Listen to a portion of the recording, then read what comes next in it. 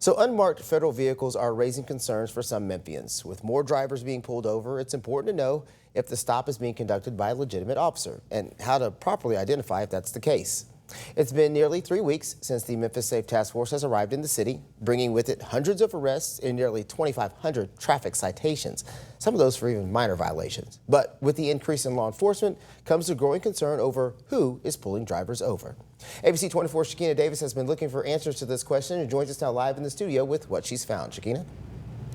Ruben, it's legal for law enforcement officers to conduct traffic stops in unmarked vehicles, but there are protocols in place for how officers should identify themselves and rights that citizens have to verify that the stop is legitimate.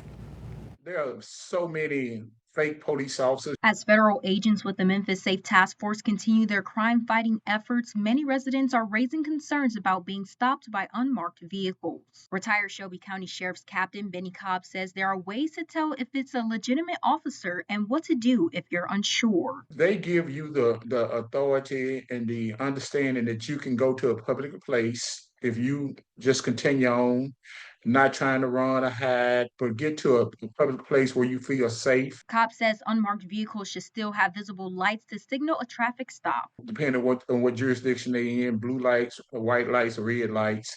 They should be clearly visible in the front and the back. Once you verify it's a legitimate stop, he says to follow their directions. If it's a traffic violation, by all means, sign the citation.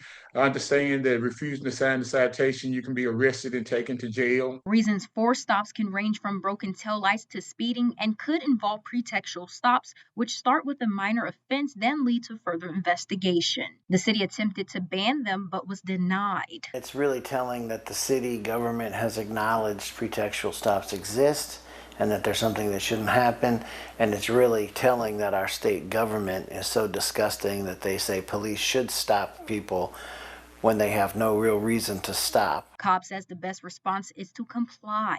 Don't argue the point. That's not the place and time to argue the point.